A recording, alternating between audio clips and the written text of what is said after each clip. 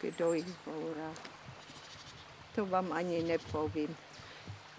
Potom došli, co ještě stálo.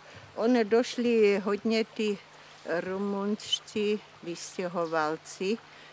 Oni jim řekli, že jsou to rumunské Slováci nebo jak.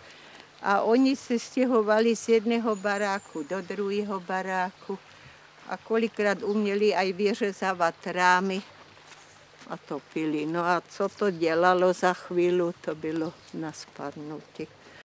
Akorát ty usedlíci, co sem přišli, třeba Peňázovi, tam na to Koudelka, však víte, kde bývá Honnes Koudelka, že tam byl nějaký kolářík.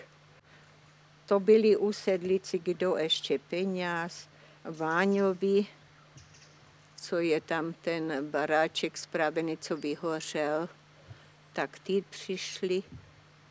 Koudelci. Jo, Koudelkovi, co bydlil za obchodem a potom Koudelka, to byl syn, on napřed bydlel tady, jak teď opravuju ten barák, tu 22 naproti, ty Dostalovi, tam bydlel ten syn Koudelka, ten Jenda. A pak se odstěhoval na tu 50.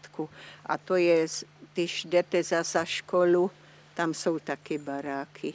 Tak ten první barák, to byl ta 50, potom bývá Frublovský a tam potom bývali Juřičci, to byl brácha tého Petra Juřička, ten Jarolím. No taky zemřel, že? No tak.